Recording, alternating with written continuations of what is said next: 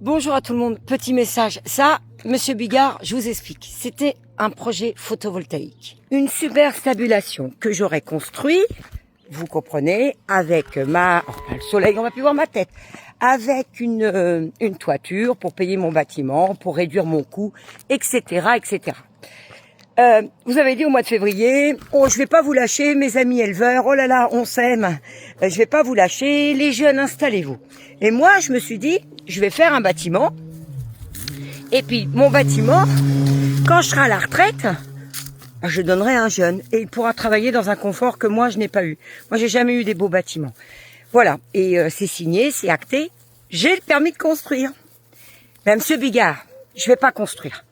Je vais annuler mon permis de construire et je vais pas construire. Vous savez pourquoi? Attendez, je l'ai fait le nœud, Monsieur Bigard. Ça, c'est des choses qui arrivent. Vous savez, les agriculteurs, des fois, il leur faut leurs deux mains. Et je vais pas construire, Monsieur Bigard, parce que votre promesse, vous l'avez pas tenue. Vous nous aviez dit, non, on va pas faire descendre le prix de la viande, etc., les broutards. Moi, je vous maintiens. Promesse dans le fût, Lulu, pour que on meure. Alors moi, je vais mourir aussi. Mais moi, je suis assise, donc je vais pas réinvestir. Je vais finir les quelques années en tirant la patte derrière, puis je vais y arriver.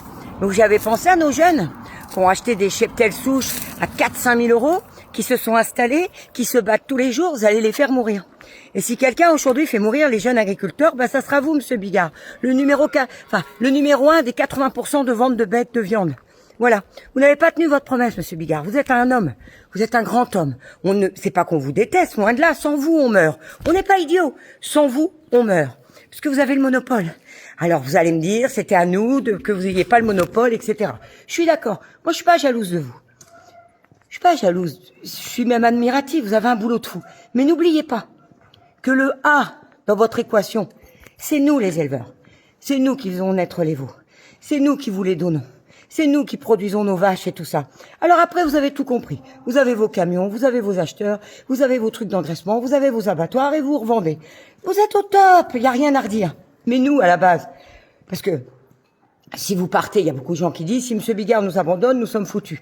Mais foutus pour foutus. Franchement, M. Bigard, je vais pas le faire, mon bâtiment. Je peux pas le faire. Je veux dire, je vais pas vendre des broutards à 4 balles. Il en est hors de question. Et nos jeunes, on en est où? Et notre viande qui va baisser sans raison. En plus, tout ce que vous dites, le Mercosur, le ci, le ça. Vous et moi, on sait que c'est du pipeau. On sait que c'est juste simplement que vous avez voulu descendre pour faire votre marge. C'est tout. Mais là, vous avez tort, Monsieur Bigard. Avec tout le respect que j'ai pour vous, vous avez tort. Vous allez faire mourir nos jeunes agriculteurs. Nous, on est déjà morts. On s'est battu toute notre vie, on va pas se rebattre. On en a plein les casquettes.